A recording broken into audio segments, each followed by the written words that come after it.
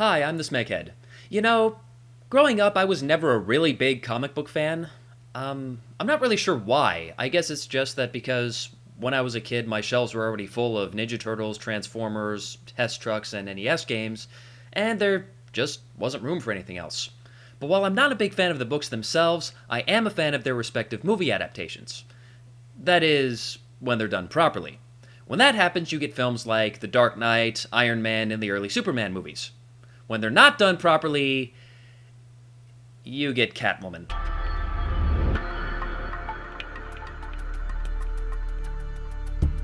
This film was based on the Catwoman character from the Batman comics. And when I say based on, I mean they created a completely different character and slapped the Catwoman name on it. But that wasn't the only thing this movie did wrong. In fact, there was very little it did right, and it was hated by moviegoers and critics alike. It's even on Roger Ebert's list of most hated films. So let's dive right into this shit-filled litter box and find out just how horrible it is. So we start off with a shot of the lifeless body of our heroine, Patience Phillips, played by Halle Berry, floating in a large body of water. Epic foreshadowing! But then we immediately flash back to a couple of days prior, and we get hit in the face with a truckload of exposition. Patience is a very quiet, shy woman with self-esteem issues who works as an ad designer for a huge cosmetics company called Hadar International. She works alongside her friend Sally, played by Alex Borstein, whom you might know as the voice of Lois on Family Guy. The company is owned by the Merovingian, and no, I'm not just saying that because it's Lambert Wilson, he's more or less playing the same character, along with his wife Laurel, played by Sharon Stone, who also used to be the public face of the company. She's been forced to step down since she's apparently too old to do makeup ads anymore, and she has been replaced by a much younger girl, both as the face of the company and apparently as her husband's lover. Needless to say, she's a smidge bitter. Okay, maybe more than a smidge. So Patience is called into the Merovingian's office so he can yell at her about the ad design for their latest product, a miracle anti-aging cream called Butylene. And the award for the most pretentious name ever goes to... His reason is total bullshit, but Patience takes it because she has no spine. However, Laurel tells him to lighten the fuck up, and he gives her until midnight tomorrow to fix it. Patience has some trouble sleeping that night since there's a rather loud party going on at the apartment across the alley. She tries to tell them to quiet down. Do you think you could just maybe turn the music down just... Okay, first of all, you need to yell a bit louder. Well, you need to yell, period. And second, have you heard of calling the police and making a noise complaint? And why hasn't anyone done that already? They're making enough noise to wake anyone in a 3-block radius. Before going back to bed, Patience spots a kitty on a bike parked in the alley. Epic cuddly foreshadowing! The next day, Patience sees the same cat on her windowsill and tries to lure it inside. Come down here. What, are you stuck? Is it stuck? It's a fucking cat! Just let it come down on its own. It got up there, it can get... Oh god, really? You're seriously going to climb out there to get the cat? I smell a Darwin Award winner! While she's up there, a cop drives by and thinks she's a jumper, so he races up to rescue her. After pulling her back inside, Patience sees the cat inside her apartment. Like I said, it's a cat, it's fine. And then explains to Officer Tom, played by Benjamin Bratt, that she's not suicidal, she's just an idiot. Then she runs off because she's late for work, but drops her wallet on the way out.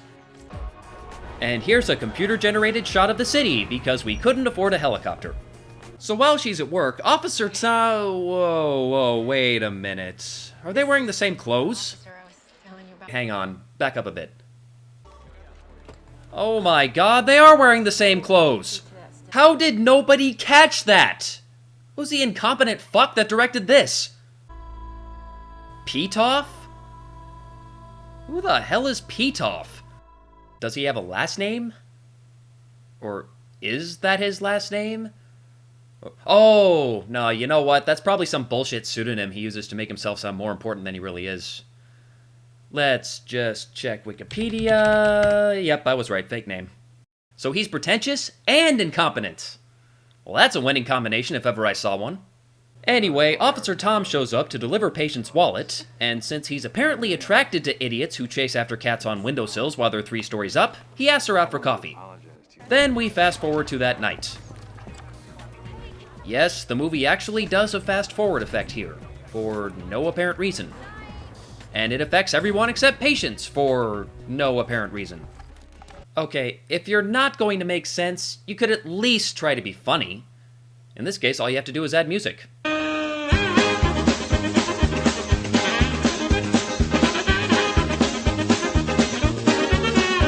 See how easy that was? So Patience goes to the company warehouse to drop off the new ads. The front door is locked, so she tries sneaking into the back. But as she does, she overhears some scientists talking about buline's nasty long-term health effects. I don't care that the FDA never saw the headaches and the nausea and the fainting spells. Those are symptoms I can live with. Whoa, dude! Pick a camera angle and stick with it! You may have already noticed this, but this happens a lot in this movie. They can't hold the same angle for more than a second. It's enough to give a guy a seizure. Ultimately, her klutziness gives her away, and the security guards actually try to gun her down. She runs into some large pipes to escape, but quickly runs into a dead end.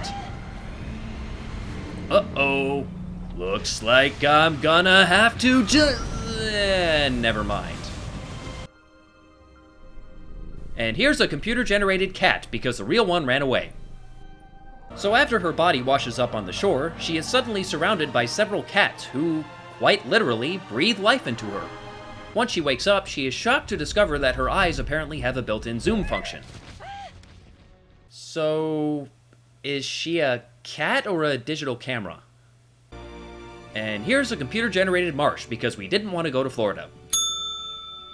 When Patience gets home, we discover that in addition to the zoom function, she also has the ability to leap up to her second-story apartment in a single bound.